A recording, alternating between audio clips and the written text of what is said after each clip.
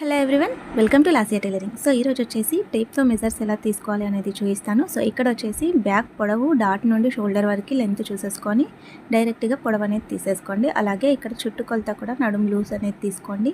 ఇక్కడ వచ్చేసి 30 ఇంచెస్ వచ్చింది. సో ఈ 30 ఇంచెస్ని 4 భాగాలుగా డివైడ్ చేశారనుకోండి, మీకు 7.5 వస్తుంది. సో ఆ మార్జిన్ చేసేసుకొని 1 ఇంచ్ వచ్చేసి బ్యాక్ డాట్స్ కోసం, అలాగే 1.5 వచ్చేసి సైడ్ ఖర్చు కోసం అన్నట్టు. ఓకే, సో ఇలా మార్జిన్ చేసేసుకున్న తర్వాత ఇక్కడ 30 సైజ్ కాబట్టి షోల్డర్ లెంత్ వచ్చేసి నేను 5 ఇంచెస్ ఇలా మార్జిన్ చేసేసుకొని 2 ఇంచెస్ ఏమో నెక్ విడ్త్ కోసం, 3 ఇంచెస్ ఏమో షోల్డర్ లెంత్ కోసం. ఓకే, ఇక్కడ బ్యాక్ సైడ్ది కప్పు తీసుకోండి, హైట్ ఎంత ఉందో అది తీసేసుకొని బాక్స్ షేప్ వేసేసుకొని రౌండ్ షేప్ అనేది తీసేయండి. ఓకే, ఇక్కడ ఆమ్ రౌండ్ వచ్చేసి మీరు 6 ఇంచెస్కి డ్రా చేసేసుకున్న తర్వాత మీరు ఇందులో 30 సైజ్ కాబట్టి 30 ప్లస్ ఉంటే 1.5 తీసుకోండి, 30 లోపే ఉంటే 1.5 తీసుకోండి. ఓకే, సో ఇలా రౌండ్ షేప్ తీసేయండి. థ్యాంక్స్ ఫర్ వాచింగ్ అండి. Thank you so